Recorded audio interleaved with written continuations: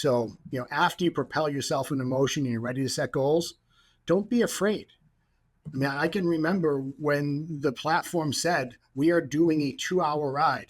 And even though I'd done 90-minute rides and all these things, I said, how am I going to do this? And I just did it. I'm just going to do it. And you find out that the Winnie the Pooh effect comes in. You're going to remember that you're braver than you think you are, you're smarter than you think you are, and you're stronger than you seem. Welcome to Great Practice, Great Life by Atticus Incorporated. What if you could hang out with successful small and solo law firm attorneys, ask them about their successes and failures, their business strategies and mindset habits, then take an insight or two to guide your own growth in your practice? Each week, Steve Riley shares an in-depth look at how to work less while maintaining high client service standards, reduce your stress levels while growing your income, and find time to make changes when you are time-starved. Steve is a lawyer coach for more than 20 years and a former trial attorney. His goal is to provide strategies to help you balance your lives and grow your practice. Now, here's Steve. Hi, Steve Riley. Welcome to this episode of Great Practice, Great Life. Today, I have one of my friends, one of our wonderful Atticusins, who's a member of the Atticus community, here today to talk about something he passionately cares about. I think he's totally, utterly wrong. We're going to argue about it. But with that, I want to introduce Jonathan White. Jonathan, welcome to the show. Steve, thank you so much. And thanks for having me back. I appreciate it. I'm so excited to be here and argue with you about today's topic. Good. Very good. Very good. Two lawyers arguing about something. It's the only way we're going to work through it, I think. I just want to give people a little bit of a background because you were on a prior podcast with your practice growth coach, Victor. And that was really, the stark terror of hiring your first employee, right? Like the anxiety you go through when you make your first hire. And just catch us up. I think you've hired a couple more since then. Is that true? How are you doing since that last episode? Victor and I joked that I've tripled the size of my firm. And I went from 1 to 3 within a calendar year. And then if you want to count the high school interns I employ, I may have quadrupled the size of my firm. But yes, I was able to make another hire. I have a direct employee, and then we continue to outsource some of the other jobs. So we've really grown the firm, and it all sprung from that initial hire, getting over that fear. And I think there was a part of me that wanted to take that idea of the Atticus cycle, and sell it back to you and tell you what a good job I do hiring. And I have this great plan, but then I saw that you already have that. So that idea wasn't going to make me any money. Yeah, I appreciate you not taking the concept and trying to sell it back to us. So let me ask you this. So let's just give people a perspective of who you are and where you're at. So what's your practice like, Jonathan? What do you practice? What type of law? Yep. So I'm a Massachusetts-based estate planning attorney. I do some real estate conveyancing, but at this point, it's mostly commercial because, and we'll get into this during the podcast, I did cut the residential real estate practice out. And there's a direct tie to what we're going to argue about and why I did that. What supports the estate planning and commercial real estate conveyancing is, of course, some estate administration and some corporate work that's involved in each. But it's mostly the estate planning that's running the firm with those ancillary practice areas. Well, you've made the argument to get on the episode to persuade or cajole or encourage others to take a particular approach to living that, I know our members. I know our members pretty well. I know lawyers very, very well. And generally, lawyers think a waste of a billable hour doing anything other than working is just a total waste of time. But you've come on at a request to make this argument. So let's back up. What happened to you? What was the challenge that you were confronted with or you were wrestling with that kind of set the stage for the conversation we're going to have? Yeah, two things that happened. If you recall back to my initial podcast, we talked about how hockey affected my journey as an attorney. Well, being a high school and then college hockey player, working out was always a part of my life until it wasn't. And as, I got married and had children, it got harder to find the margin in my life to do it. I let it pass. And I got to a point where it just wasn't feeling right. I was gaining weight, clothes weren't fitting, all those things, but it wasn't enough of a motivator. Then COVID hit, and I had all this time. I really wasn't feeling well, and I wanted to find an avenue that would just get me out of those COVID doldrums and start getting back to maybe I could get into the pants that I most recently couldn't get into anymore, and kind of shed that thought process I had that when I was a college and high school athlete, I was working out because that's what I was. And I'm not that anymore. So that's what propelled this forward. And I had no idea what it was going to morph into when I started that journey again when COVID hit. Okay, so when you say you didn't have the margin, specifically, you didn't have the time. Did not have the time or interest. I think there's a little bit of both. And it might be a chicken and an egg thing, but there's got to be time and there's got to be interest in how to spend that time, I think. Well, interest has got to be. I mean, I don't wake up and say, gee whiz, I can't wait to exercise. There's got to be something behind that more than interest. It's got to probably be a goal, a commitment, something that catches your attention, that gives you a motivational reason to get up and do something, right? So with you, you're in COVID. You're not happy about the constantly changing wardrobe. You're a little frustrated. You're stuck at home. What did you decide to do? What'd you do? So I am a member of a few cults besides Atticus. And one of them is Peloton. I'm a Peloton cult member. Now, before you know this, I'm not going to sit here and talk about Peloton other than to let you know that's the cult I belong to. And it's not the tool, but it's how you use the tool. So Peloton's the tool I use. Like some people use Slack, some people use Teams. This is a concept in a great book called Come Up for Air. It's not the tool, it's how you use it. So for me, it was Peloton. I had a Peloton pre-COVID in one of my earlier attempts to restart this journey, and it slowly became a coat hanger where I just put the laundry on top of. So what I did was I realized I already had this awesome piece of equipment, and I realized it had an app on the phone. So it wasn't just riding a bike. I could take it with me outside, and they had guided walks. And in those walks, someone would talk to me and someone would play music. And that appealed to me because I got outside and I had someone with me.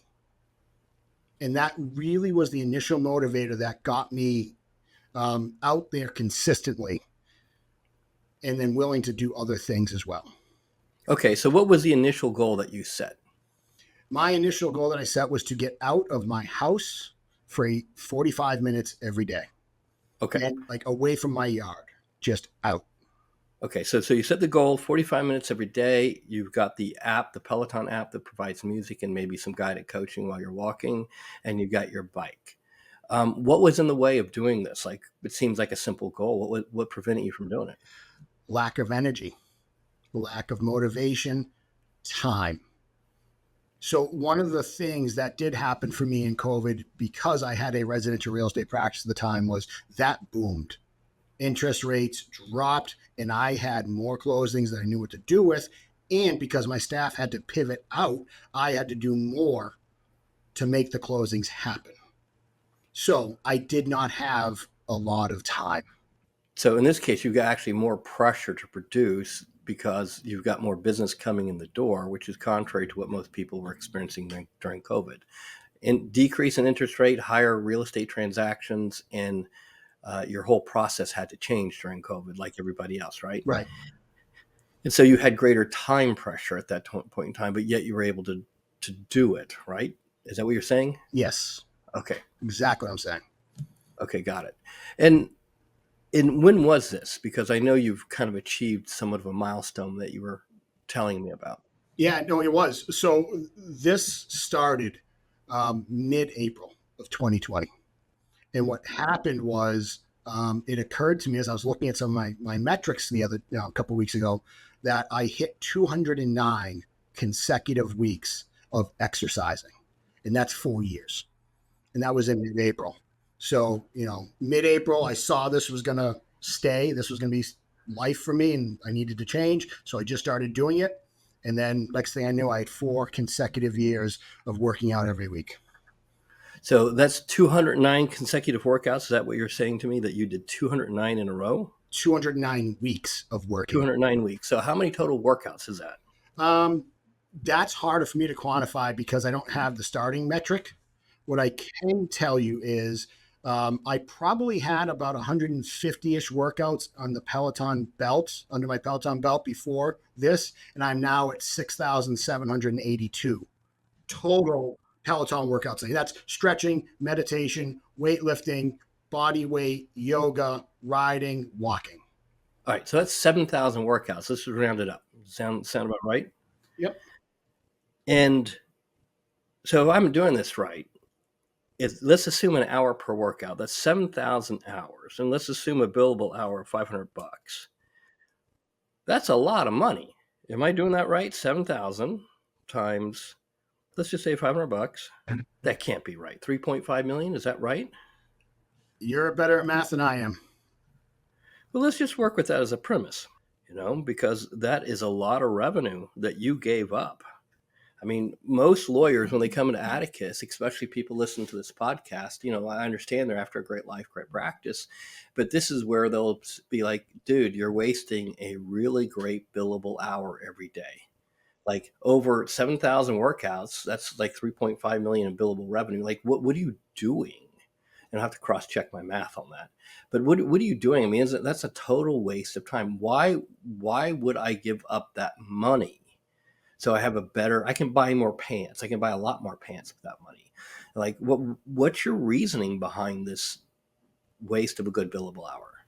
Well, what I noticed was the more I worked out, the better I felt. The more energy I had, the more focused I became. And that had a lot of effect that I transferred over into the on-business work. So that time for me became similar to working on my business.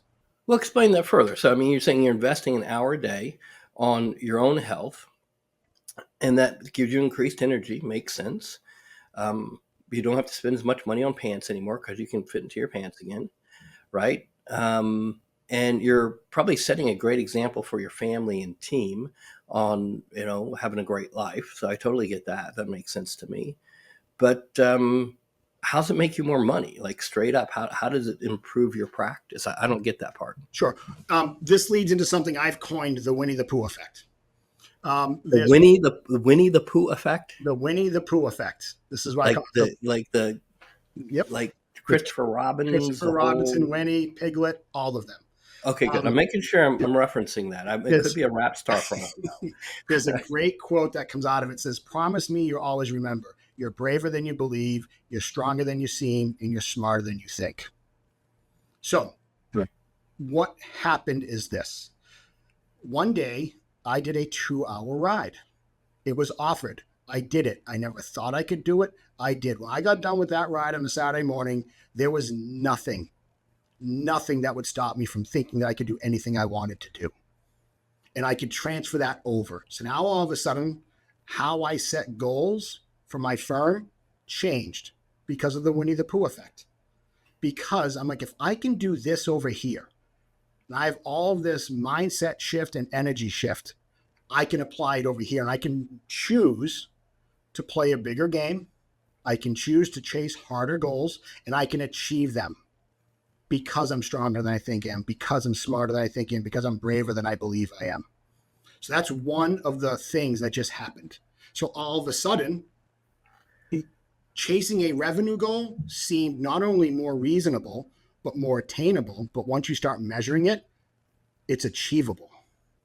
That's interesting because in all the years that I've coached attorneys and team leaders and worked with them, I've noticed the ones that have taken on a major health transformation.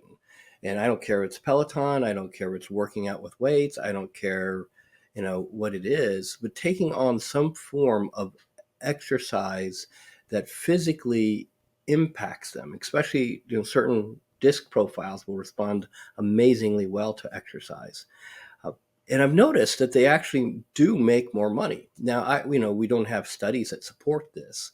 We don't have research, but we do have. I've have experience and evidence of watching clients sometimes double their income, and what they point back to is what you're calling the Winnie the Pooh effect, which sounds much more fun than anything else I've ever heard. But so your argument is, hey, look, this shifted my mind around my belief in myself from an exercise perspective. And if I can improve this well this way, why can't I take the same mental strength and tenacity and apply it to the business and move the business with the same tenacity that I've been moving my body? That's exactly right. And that's the mindset shift that I exported from exercising and imported to crafting my business. It's fantastic. That's an interesting argument. That's a pretty interesting argument. Yeah, we have a lot of lawyers that will say, look, Steve, and Atticus, I just need to make money. I can buy health later, but you've just made a very, very interesting argument that the breakthrough of improving your health improves your thinking and mindset in the practice. It's a very interesting argument. Now, are there any other evidence or literary sites that you have, like Winnie the Pooh, that support your argument that you can make more money? There's another kind of concept that I have found to be true, and it kind of sounds like this. If you take care of the little things, the big things take care of themselves. And this got around this idea of I got into a certain type of training called power zone training. And it's just a way to ride a bike. It's more intimidating. It sounds more intimidating than it is. But the key was when you did this, you committed to a 6, 7, or 8 week challenge. And you committed to doing every ride in the challenge. And you would sit there and say, one, how am I going to pull this off? But more importantly, at the end of those challenges, you took a certain type of ride that retested physically where you were and recalibrates the bike, right? And so no matter how many times you've taken this ride, at this point, I think I've taken about 17 times. It is the most intimidating ride you will ever have. It's 20 minutes of all out. You are literally a puddle on the floor when you're done with this ride, if you do it right. You're saying all kinds of nasty things to yourself. I have to warn my entire family that this is happening. Ignore the sounds coming out of the room. But as you're thinking about this horrific goal, you start realizing if I do the 24 rides leading up to it, I'll get through that ride. These rides are all the little ones. So if you have a bigger goal and you're just kind of always focused on the bigger goal, I think Mark Metzger calls this measure the gain, not the gap concept. It's a very similar concept. But yes, set those big goals, but don't worry about how you're going to get there. Just take all of these little steps.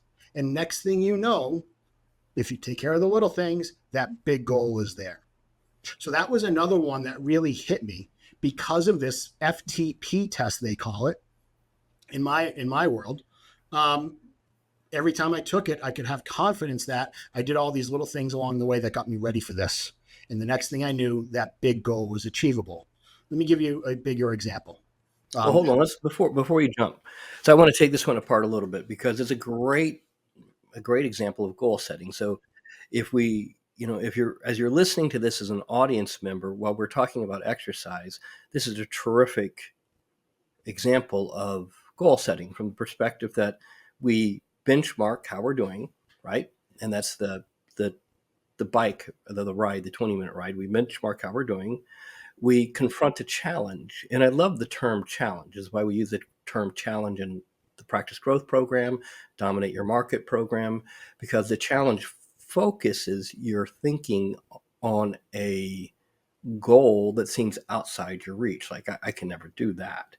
And then you have many challenges, little challenges in between, and then you reassess and benchmark yourself again. That's basically the model. Is that fair? That's exactly what it is.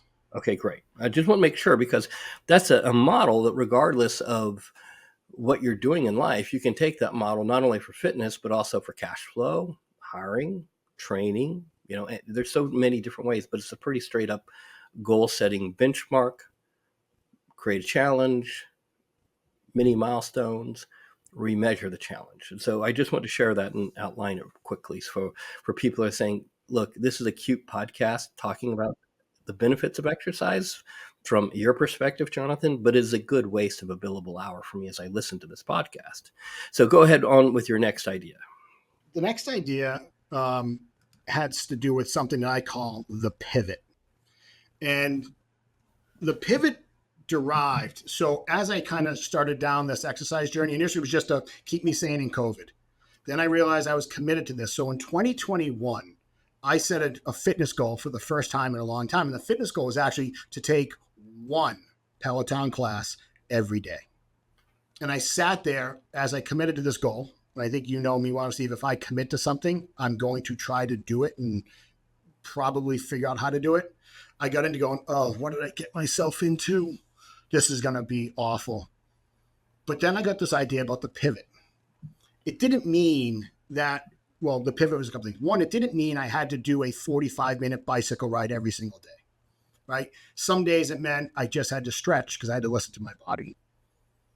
Right? That's part of what the pivot meant. So what that showed me was sometimes in achieving a goal you set, while still achieving it, you might have to recalibrate for a short period of time how you're achieving it based on your current set of circumstances. So, for example, in this exercise journey, if I felt I was overdoing it, my pivot was I might have to take a day of stretching and yoga that I hadn't planned on, and then move that exercise that I was going to do to a different time.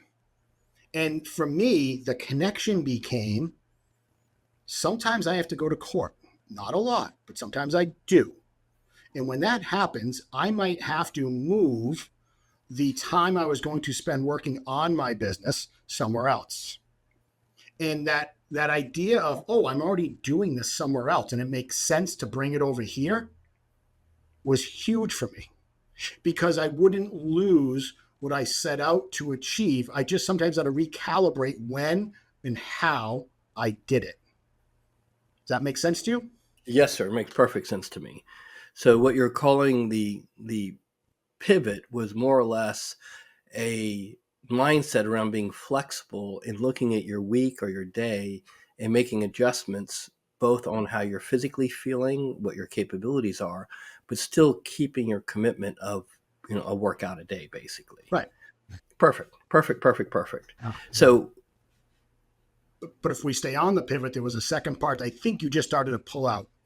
I find it most effective for me to work out in the mornings. That's where I can find the time. That's where I can do it. But I slowly found out it didn't always happen that way. So sometimes the pivot meant this really stinks. I'm going to have to say no to something I want to do in the evening. But if I'm holding true to what I'm doing, I may have to take that block out of the morning and move it somewhere that's maybe inconvenient to something else, but still part of the goal. Got it. So you basically, and this is one of the things that you do really well, and I hope people hear and appreciate that you have committed a strength training program around commitment. What I mean by that is that you have a very strong commitment muscle that you continue to grow and strengthen. And that's really in itself one of the interesting things for me as I listen to this, whether it's exercise or not, you've actually enhanced your capability around being committed, being accountable, and executing on your goals at a very, very intentional level. That's what I'm finding fascinating about this. Now, so those people that are listening to this and saying, look, Steve, Jonathan, this whole exercise ain't really cute. It's a waste of a good billable hour. But looking for how you set goals, looking for how you grow, looking for how you enhance your commitment muscle is something they could perhaps take away from this conversation. Well, then those folks may not like the next point, Steve. Okay. What's that? The next point is, and again, this derives from a saying one of the Peloton instructors says all the time, the work is inevitable. Right? If you're committed to this, the work you're about to do is going to happen, whether you like it or not. So if you can't get out of it, you might as well get into it. And this point of enjoying what you're doing, right? If you can't get out of it, get into it, led to me you got to brace yourself for this, Steve, led to me cutting out what was the most profitable part of my practice. I All right. got rid I'm of glad I'm sitting down. Let me hear it. Go ahead. I got rid of it because it was growing greater it was prohibiting my growth for greater profitability somewhere else. So we talked about me as a residential real estate conveyancer. By far, that was the area of my business that brought in the most money. So you're saving the most revenue or most profit? Revenue. Okay. All right. So this is Revenue. getting scary. All right. Keep Yep, going. revenue. But that was it. At the same time, it was also the part of my business that I couldn't really grow in a way that would be healthy for me, my life, my firm, and prohibited me from growing other areas that were more profitable. So seeing this, I had many cousins in my ear over the years telling me, you have to shed this. And I couldn't. And it was because things like no matter what Atticus principles I had, I couldn't get certain referral sources to stop calling my cell phone on nights and weekends, asking me for favors to cut fees, any of those things. So this was anchoring me back. So taking the concept of, I hate leg day. And to this day, I still hate leg day. I'm built for leg day, but I hate it. Can't get out of it. Let's get into it. Kind of idea. I transported that over, and I was like, "This practice area is killing me. It's preventing me from really growing my firm. It's preventing me from hitting a goal like doubling my revenue. Because short of building a firm I was not interested in building, I couldn't double my revenue in the real estate sphere. So I had to learn how to shed that practice to grow my other practice that was more in line with the type of firm I wanted to have, the great practice I wanted to have to lead the great life I wanted to lead. So this idea is what morphed over into that for me, which led to a path for me to now be on a goal of achieving to double my revenue.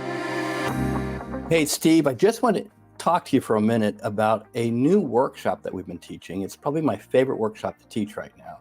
It's called The Path to a Great Practice and a Great Life.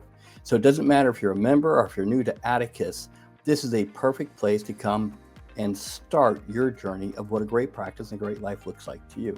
There are 4 elements to the workshop. So we're going to play for 4 things. 1, we're going to play to double your income. We're going to look for ways of increasing profits to pay for changes in your practice. We're going to look at what key business skills drive business growth for you in your practice. And we're going to look for ways of increasing the capacity in your practice to drive revenue. The first is about your income. If you're going to have a great practice and a great life, you're going to need some cash. So when it comes to building cash, the first thing that you want to do is look for ways of breaking through your income. One of the questions I always get asked is there a shortcut? Is there a quicker and easier way of making more money? There is, but there's a catch to it. In order to make more money, you want to study how other lawyers have increased the income and the growth of their practice. One of the things we've done at Atticus for the past 35 years is study what the top 20% earners do, what the top 10% earners do, and ultimately, what do the top 1% earners do? One of the things that we do in the Path to a Great Practice and Great Life workshop is reveal and look at what are the 4 core strategies of a top 1% attorney and how you can learn from that 1%er in increasing your practice. Now, that doesn't mean you have to be a 1% attorney, but you can study how the top players perform better, and that can be your shortcut. To grow your practice faster, you need to have a bold vision for what your life looks like. The wind in your sails for growth is ultimately the vision of what a great life looks like. In my experience, lawyers that have a terrific, powerful vision for a great life will grow a great practice quicker, faster, and more efficiently than those who don't. The next thing you need to do is focus on the steps to execute on your vision. It's one thing to have a dream. It's another thing to take action and build foundations under that dream. That's the next thing that we'll work on the workshop. What are the steps you're going to take immediately from the workshop to start building on your vision of a great life and great practice?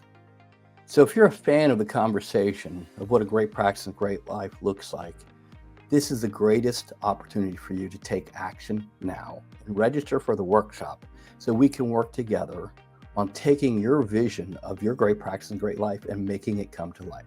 A link to register is included in the show notes, as well as a longer video by me explaining each element of the workshop. If you're a member of Atticus, it's included already in your membership. If you're new to Atticus, I'm giving you a promo code that will take $500 off. All you have to do is click the link below and put in podcast 500 and it'll get you the discount. So hit the link, register for the workshop. I look forward to seeing you there. With that, I hope you enjoy the rest of the episode. Okay, so let me see if I got it. So you're looking at the residential real estate part of your practice. You realize it's high volume, low profit, high maintenance, more or less. And you're saying, okay, my margins here aren't as good. But this for you came out of your commitment to improving your health and fitness. 100%. Okay, and I'm missing that. To connect the dot for me, like how did you connect the dot there? Like how'd that work? I knew, so on the practice side, I knew for a while that something had to shift here because I couldn't maintain this and be true to my coaching goals, be true to the lifestyle. I couldn't do it. And it was embracing this idea that if I wasn't enjoying what I was doing, it wasn't worth doing. Got it. And so for you, you looked at this and you said, okay, I really, it doesn't align with what a great practice looks like to me. It doesn't look like what a great life looks like to me. And the lesson from exercise of basically, you're going to do the work anyhow. You might as well embrace it. Yep. And I think the military term is embracing the suck. Yes, it is. So you just said, okay, I'm going to do this. And if I'm going to really build the practice that I want and have the life that I want, I'm going to have to let go of this high volume, low margin component of my practice. I got it. Got it. That makes sense. So for you, your argument is, hey, look, the lesson I took away from the exercise was applicable to me making a better business decision in my practice. Is that your argument? Yes, it is. That's a good argument. Yeah. You still seem skeptical here. I am somewhat skeptical.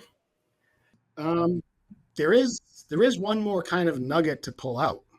Okay. I think those who know me well know I am a huge believer in gratitude journaling. And that underlies a lot of what I do. Again, the tool I like to use is called the 5-minute journal. There are all kinds of tools, but that's the one I use. So I suddenly developed this new level of gratitude that I hadn't experienced before. Things like, I am so grateful my legs hurt today. I am grateful that I now know there's this muscle behind my calf, not quite at the top of my ankle, that I didn't know existed before. And of course, I'm being coy, but I suddenly found this new level of gratefulness because I was doing things I didn't think I could do. My body was responding, and I knew any pain I was going to have was temporary, but it was also positive. It was kind of akin to when Atticus tells you, if you want to know what doesn't work, step away from your office. And when you come back, see what happened kind of idea. Because for a lot of us, that's pain. Like not checking email or getting phone calls, that involves pain. But if you go through that process, you see what's broken so you can do it again and again. And I started having this grateful shift of, I was just grateful that I got to work out. I was grateful that my body could do it. I was grateful I had the time to do it. And what happened is that mindset carried over, and I started appreciating my practice more, the dollars I made, my team, things like I can control my own schedule and what a gift that is, and how not to waste that gift. The same way, my calf hurts today, but I can walk. There are people that can't do what I want to do because they don't have the same ability. So I'm grateful for that. And so that gratitude level increase carried over and then inspired a lot of the work I then did because I could do it. and others couldn't because of, where they were. It's interesting. And I really appreciated a lot of lawyers when they embrace a gratitude practice, and yours is journaling. The interesting thing that I've noticed is that the grateful lawyers get more business. And I've really noticed that because they're far more interesting to hang out with. They're far more appreciative. They're far more um, enjoyable to work with as a referral source. I mean, you think about some people that you've worked with and referred work to over the years. I have an accountant friend who I've sent work to for a considerable period of time. And I like to send work to him because he's grateful for the work. He's a great guy. He's very happy about the work.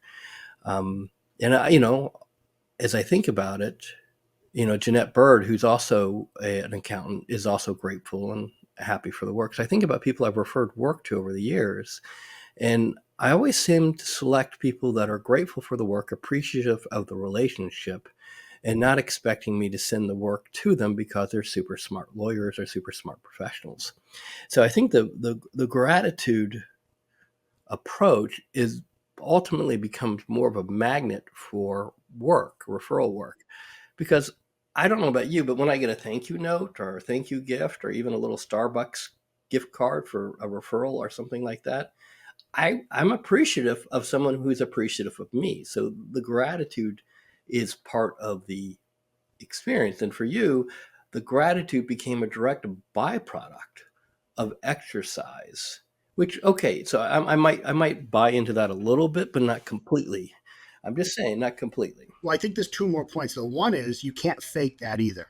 Because to take your point of the thank you card, sometimes you can just tell this just happens. It's just a route matter of course, as opposed to the people that mean it. So you can't fake it either. So I just wanted to highlight that. But more importantly, imagine if this idea of gratitude, practicing gratitude journaling, led to something greater, maybe led to a brand manifesto. If it led to how you identify your practice to separate it from others in the marketplace. What if you keyed on your core values? And maybe one of them was growth. And to me, you can't have a growth mindset without being grateful. I think they go hand in hand.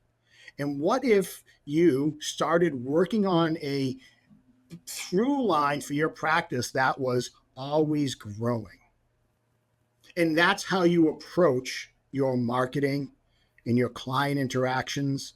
And how would that affect your mindset here on this little journey we're taking?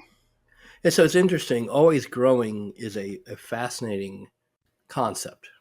And I've noticed that members in the Atticus community, when they either stop working with a coach or stop going to their growth program, have made a decision that they're good enough, they've done enough, or they've achieved all their goals and they're very, very happy with where they're at.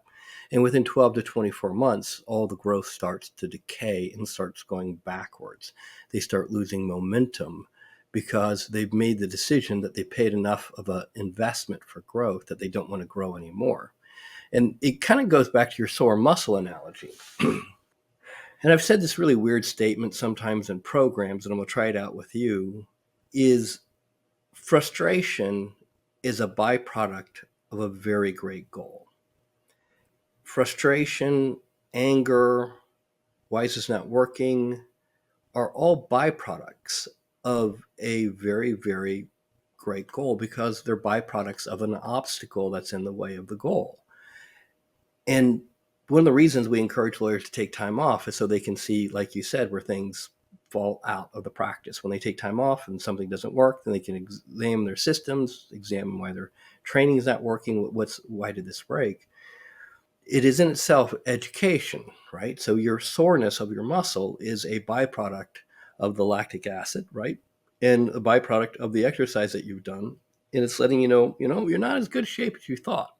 Or you might be a little bit more deconditioned, or this calf muscle might need some flexible stretching. So it's taken me a long time, and I don't say that I don't enjoy being sore. I don't particularly enjoy exercising. And I don't particularly enjoy the frustration attached to very, very large goals. But emotionally, I've learned to kind of take a step back and not interact with the emotion like it's the obstacle. The emotion is a byproduct of the obstacle. I have to examine the emotion, take the emotion, move it out of the way, and say, okay, thank you for giving me feedback. Thank you for sharing, inside my head why I'm frustrated. What's the obstacle? What's actually the thing that's in the way? So as I listen to you, you're making a very, very interesting argument for using exercise not only to enhance your physical well-being, but also to make more money. You're actually making a very interesting argument. I got a couple other things to ask you, but is there any other points that you want to make? I think there's one more point that fits into this. And it was, as we get older, whether we're working out or not working out, our bodies are not the same as they were before. So, one of the things that my wife, Carrie, always laughs at is when I say I'm going to work out, she laughs at, how much time are you spending working out and how much time are you spending warming up and cooling down? Because I now have this routine where I spend 20 minutes in a warm up and then a cool down in addition to the main set I do. That's obvious. I'm older, my muscles are different, and I find more success. I've done this journey over 4+ years now because I'm a couple of weeks past that goal, and I haven't sustained a serious injury. And I look at it because I take the time to warm up, cool down, and then listen and pivot when I need to. No, that's interesting because one of my goals for growth, I talk about this a lot in the PATH workshop, the Path to Great Practice, Great Life, is I have 3 rules for practice growth. One of them is to climb sustainably. The other one is no injury to you or your team, so you don't go backwards. You're trying not to go backwards. So your argument, for the cool down and stretching, interestingly enough, there's a study out of Florida State, Florida State University, that says that for actually to stimulate muscle growth is that the tissue that protects the muscle the fascia has to be stretched as well. So there's actually an argument for muscle growth that correlates to stretching post-workout. So not only do you stimulate the muscle, but you actually have to stimulate the fascia, the bag basically holding the muscle, to allow it to stretch so that the muscle can expand. Otherwise, the muscle won't expand inside the container, so to speak.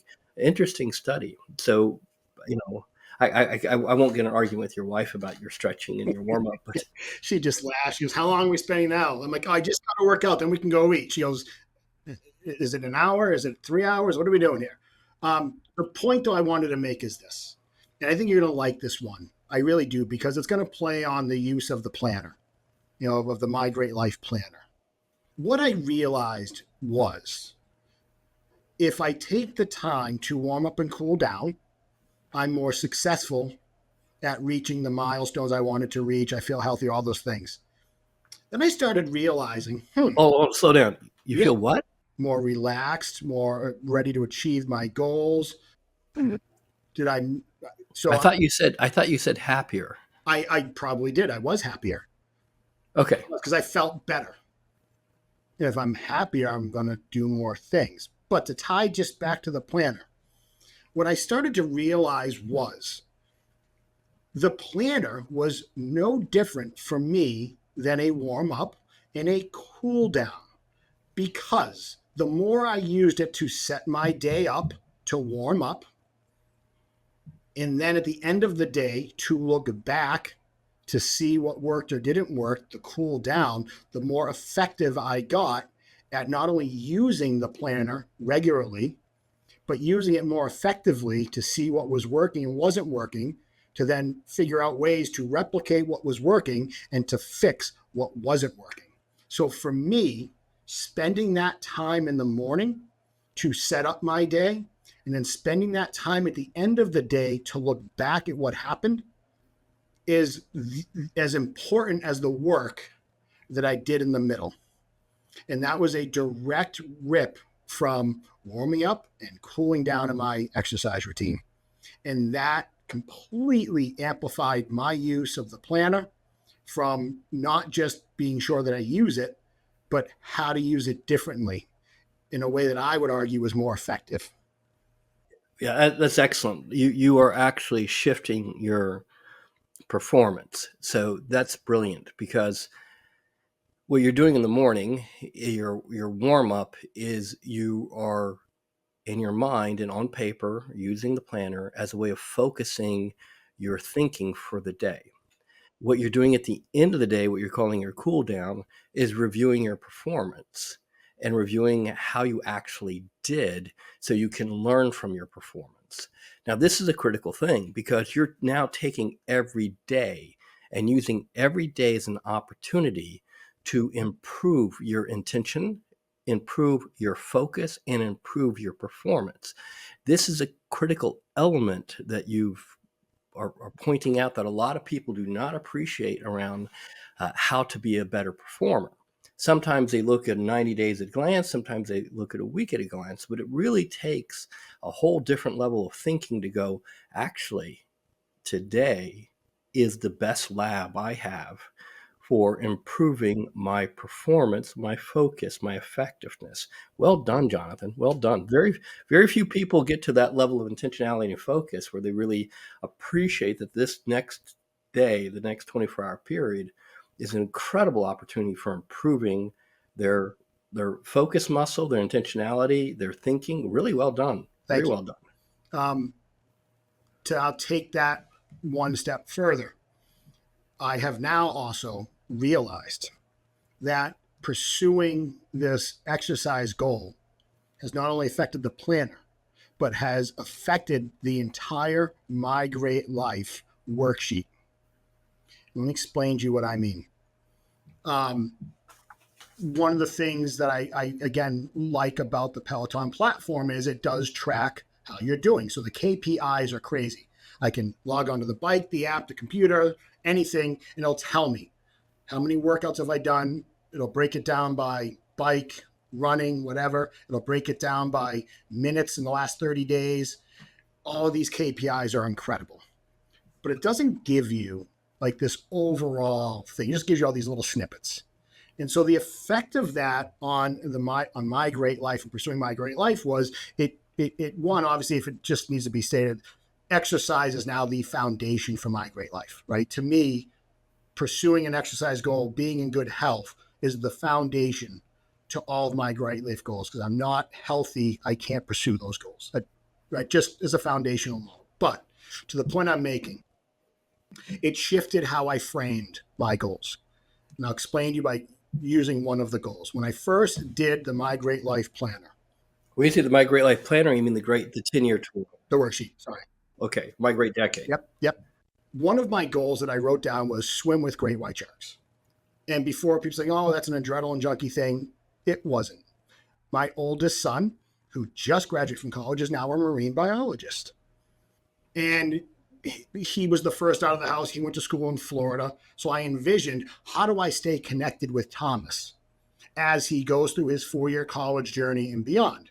And one of the things we have in common is our love of things in the ocean.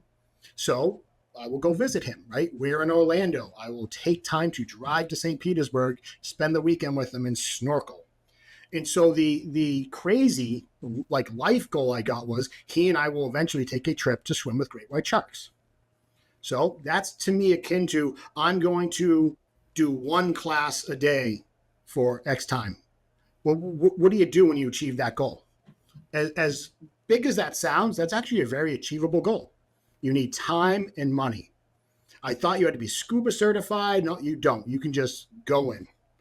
So as I started seeing these KPIs, these indicators on the bike, and I was going down this journey, I realized that idea of he and I taking this trip was one achievable step in a much larger great life goal that I now have framed, be a great father. And I define that as providing the environment that will sustain a lifelong connection with my boys. And so he and I taking that trip might be a step in that, but it's not the end goal. And it took this accumulation of time, seeing these KPIs play out over time, to say I need to start reframing things because I had too narrow of a view on what I was defining great to be.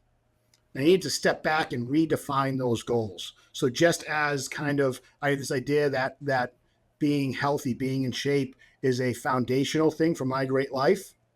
I wanted to redefine those goals to be broader elsewhere, because once I achieve swim with great white sharks, okay, now what? Like, now what am I going to do? And I kind of looked back, and it was like, pay for college for our 3 boys was another one of my 5 lifetime goals, right? Like one of those 5 goals. And okay, that's achievable, meaning it can happen if you set the money aside and there's a time on it. Well, what do I do after I do that? That became part of a bigger goal that I have framed: be a great entrepreneur. Because that's about building the business that will provide the lifestyle, the finances for the lifestyle our family has chosen to try and achieve. Part of that lifestyle my wife and I wanted to do was to provide our children an education without accumulating the debt. And you can see how I reshifted what those goals mean to me. And I can now carry those goals out over a longer period of time by kind of redefining the little metrics we're hitting along the way. It's fascinating. How long have you been in the practice growth program? Since 2018. Okay, very good. So what I'm hearing, and one of the things I've said before, and you'll help me explain this in a far more articulate way than I've been doing, is that what you're doing is cultivating, learning how to develop and design what a great life looks like to you. So it's unfolding. And it sounds like to me, the exercise has given you time to consider and think about things. It sounds like you're actually using the exercise time to be meditative and think about your practice in life. So you're actually using this time to not only enhance your body, but it sounds like to me, based on how you're thinking, is that you're using this also as a time to literally do some deep thinking and deep work about your life and practice. Is that a fair statement? I mean, I'm just noticing it now as we're talking about it. It is. And I was going to bring that point out. So I'm glad you did. It is. So, yes, if you're doing a 45-minute, an hour, 75-minute, 90-minute, 120-minute ride, you have doldrums in those rides, right? There are times where you're just not there. And what happens is your mind will think. And to me, if you can train it, so like say, like, what are your words? What are you thinking about? Are you thinking about how long till this, part of the ride ends? When is this interval over? Or, if it's that critic in the back of your head saying, I don't think we can finish this, that's one thing. But if you can then instead sit there and start kind of, I don't want to say daydream, that's not the right word, but, visualizing. Yeah, what you're doing is prompt engineering. Yeah. Yes, that 100% happens. And it was funny. I had a discussion with a friend recently because I'll have all these ideas coming off, especially the longer rides that I do or the longer walks that I do. One of my little cheat codes, Steve, just to segue off, but it'll make the point, is I love mowing my lawn. It's one of those things where the 90 minutes it takes me each time I do it is worth it to me. I put noise canceling headphones on. Sometimes I'm listening to podcasts, sometimes music, but I also have the same kind of idea where I'm thinking about things. It's a meditative kind of thing. And I will never give up mowing my lawn as long as I'm physically capable of it. And it's a push mower. I don't ride. So I get a little workout there too. But I will lose track of what I was thinking about. And I was remember trying to how do I capture this? Like I have to run right when I'm off the thing and someone's like, get an Apple Watch and you can speak into it. And I couldn't do that for other reasons, but yes, sometimes I come off these rides or these walks with so many thoughts in my head, I lose track of them. But yes, I have reconditioned my brain to be contemplative and to prompt thought about how I'm going to do things. And sometimes I will run off and I will go into Slack and I will write something to the team, and they're like, "Did you just ride because this is a crazy idea?" And we find that you get crazy ideas around the same time of the day. We know you ride around the same time of the day. So now even on Slack, we created a Peloton status. So I will say I will set my status to being on Peloton, and they kind of know I might have a crazy idea coming off of it. Well, not to support your crazy ideas, but there are studies that support the argument that as you increase your blood flow to your brain, your heart and oxygen to your brain, you actually have enhanced cognitive capabilities. And, there's studies that support enhanced cognitive capabilities, for athletes and people that do cardio. And part of this for lawyers is I've always believed that you should exercise to improve your cognitive capability. Like, just so you think better as you age, you think better and you focus better. And this is one of the things that you've also brought up, is that the energy levels and focus levels have improved for you as well. The interesting thing that, as I'm thinking about this, is that while we may be losing a billable hour a day, we might be gaining a whole other 10 to 15 years to your lifespan that might be financially productive, might be just swimming with great white sharks within itself. We'll have to do a crazy podcast on when you complete that. But it's an interesting discussion around this. So I've got another, are you okay if I shift the topic just a little bit? Perfect. Okay. So one of the big things that tear the legal industry up is anxiety, depression, and burnout. 1 out of 2 lawyers is reporting burnout. We report depression at 3 times the national average. We support, and anxiety levels are at all-time high. So for me, one of the reasons I encourage exercise is not so they don't have to buy new pants, is really so that they can strategically think through how to confront burnout, strategically think through how to deal with depression, and strategically think through how to reduce anxiety, because there is a lot of anxiety in the practice of law. I don't care if you're a team leader, an associate attorney, brand new to the business. There's plenty of evidence to this, and it's really it's a tough profession for a lot of people. And what your argument is, and then I may unfortunately have some research to support your argument. How has exercising helped you in those 3 categories: managing burnout, managing your emotional state? How's it helped you? I don't get burnt out. You don't get burnt out. Well, that's crazy. So what you're saying is the investment of an hour into exercise is prohibiting or reducing the risk of burnout. I will take it a step further and argue with you. Those days where I have to pivot away from what I want to do, whether it's shifting the type of exercise I'm doing or shifting to later on in the day, I actually will start to feel burnt out because I haven't done the exercise yet. So one of the things I don't like to wait till the end of the day, besides I may have a dinner or want to see my family or mow the lawn or whatever it is I've conditioned myself to, if I get it done first, I'm setting myself up for success because I don't feel burnt out, because I've invested that time in me. And by investing that time in me, it helps me avoid the burnout. So you're trading a billable hour for investment into you. And so you invest into you for a long game, not a short game. Yes.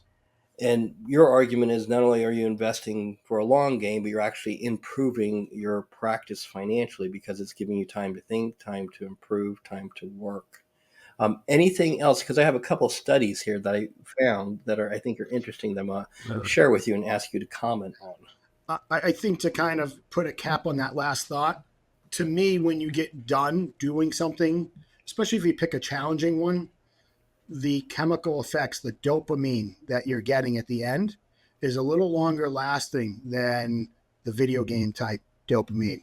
And that has some legs that will help carry you through the day or carry you through a period of time, which I think supports this idea of you don't feel as much anxiety or burnout because your chemistry is now conditioned to work differently. I love it. So Jonathan, in anticipation of you coming on here and trying to destroy my incredibly well articulated argument that exercise is a waste of a good billable hour, I went and did research. And unfortunately for me, the British Medical Journal just came out with a study in February that said that the effect of exercise for depression was far better than the use of medication. And so they did a study of, I think, 14,000 people, and they tested different modalities of exercise in comparison to different drug solutions, and consequently found that exercise actually improved depression and anxiety better than over-the-counter medication, which for those of us that don't want to exercise kind of sucks, but because it basically concludes that the the more effectiveness route for depression and anxiety is not medication, but actually getting on a Peloton bike, going for a walk, doing something that stimulates the overall body. So I'm going to put that article in the episode notes, and so anyone can link it and look at it. And then I thought that might be a one-off. British Medical Journal. I mean, what do they know? I mean, they've only been around for a couple hundred years. And then I said, well, let me find something. So I found a research paper from Medical News Today, and I'm going to give a link today for everyone too, so they can check this out.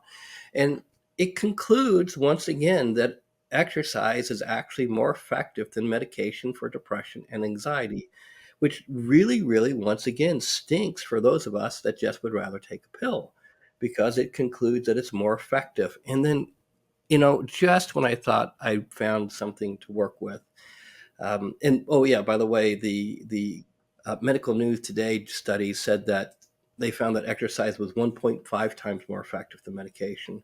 Just when I thought, okay, there's got to be a loophole here somewhere, then I found another study from a psychiatry journal that basically said that the effectiveness of physical exercise in the treatment of depression in older adults is an alternative to any form of antidepressant drugs in primary care. And this was a primary argument to support primary care doctors and trying to encourage people to exercise versus giving them medication. Now, the reason I think that exercise is more important or a better strategy for lawyers is because most of the medications that you're going to get for depression and anxiety are controlled substances that mess with your brain chemistry. And the lawyers that I've helped deal with burnout, depression, and anxiety, usually, in my experience, about 75% of the time, are impacted more negatively by the drugs that the psychiatrist or therapist put them on, or their doctor puts them on, than the actual underlying depression, anxiety, and burnout. So it's really hard for me as a guy with a little bit of gray hair, and has helped quite a few people through this problem, to say, no, don't take the medication. Don't take the medication. I know what your psychiatrist is saying.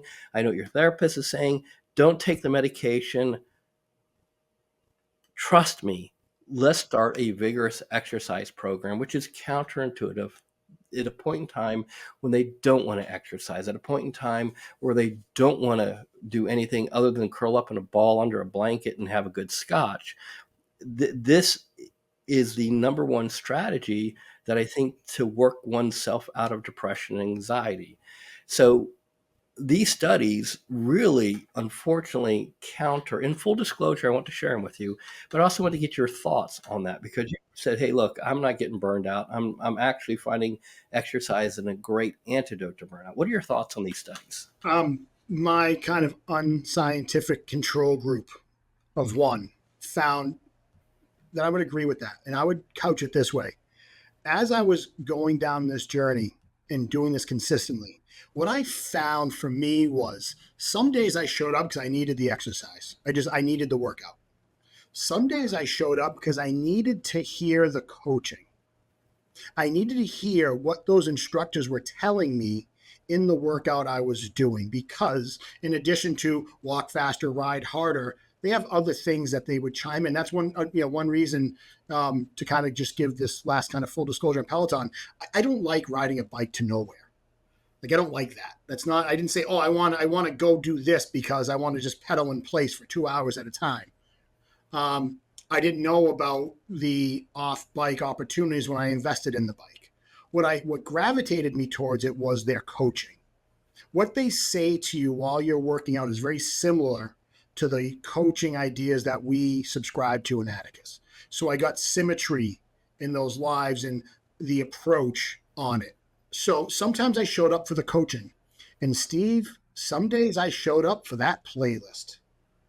I just needed the music that they were setting up for that particular workout, and I could have cared less what the exercise was, what they were saying to me. They actually have a feature that lets you augment the music to offset what they're saying to you. You can still hear them, but the music's louder. So yeah, some days I showed up for the exercise, some days I showed up for the coaching, and some days I simply showed up for the music. And that's kind of my non-scientific control group way of saying, yeah, that works. And I believe in that because in my view, I got different things out of it depending on what my mind or body needed in that day. Fantastic. Jonathan, we're going to start to wrap up. Okay. Do you have any last thoughts on this topic? I just want to pick up something that you said for people out there that still may be skeptical or want to do it, but aren't sure how. And I think it's just, you have to start with the first step. You have to start with the day one. You don't have to get to 209 weeks at once. I mean, just go out. You don't have to invest money. You don't have to buy a thing, join a cult, subscribe. You just need a pair of sneakers and a route to walk. And if you just start with that one little thing, all those big things that you may be using as a way to prevent you from starting will take care of themselves. I love it. So you might recommend just if somebody's listening to this, put on a pair of sneakers. Doesn't have to be sneakers. Just put on a pair of shoes or walk for 10 minutes. Yep. And walk for 10 minutes for a week or a month, and then work it up to 15 minutes, and work it up to 20, then work it up to 30. But just exercise that commitment muscle. Exercise those goal-setting muscles. Exercise a meditative thought process. And there's a whole school of meditation, interestingly, around walking, which is a topic for another podcast or episode. I think it's great advice, Jonathan. Thank you. Any other advice you'd like to share? Don't be afraid to push yourself. So if you start, set a big goal, see what happens. If you fail, you're still going to learn something. If you achieve it, you're going to learn something, and you might want to set another goal, because watch out, it may be contagious. You may want to feel that same sense of success again. So, after you propel yourself into motion and you're ready to set goals, don't be afraid. I mean, I can remember when the platform said, we are doing a 2-hour ride. And even though I'd done 90-minute rides and all these things, I said, how am I going to do this? And I just did it. I'm just going to do it. And you find out that the Winnie the Pooh effect comes in. You're going to remember that you're braver than you think you are, you're smarter than you think you are, and you're stronger than you seem. And I would argue that the benefit you get from that feeling of achievement is greater than anything you would get from not doing it. I love it. I love it. I love it. And I think we're going to end on a incredible quote from Winnie the Pooh, which is the first time anyone's talked about Winnie the Pooh on this particular episode, or on Great Practice, Great Life. And I want to thank you, Jonathan. I want to thank you for having the courage and the authenticity to share your journey and to encourage other people to take on making an investment in their great life by really just not worrying about the cost of a billable hour, the loss of a billable hour, but really look at it as an investment to a long-term gain to be a better person, a better human being, and see where that takes them. So with that, thank you, my friend. You're welcome. Thanks for having me on, and I appreciate it. This was great. Thanks for joining this week's episode of Great Practice, Great Life. Please tune in weekly to get the next episode. If you enjoyed the episode, please subscribe, like, and don't hesitate to share it with a friend who you think this episode can help. With that, thanks, and I hope you enjoy next week's episode.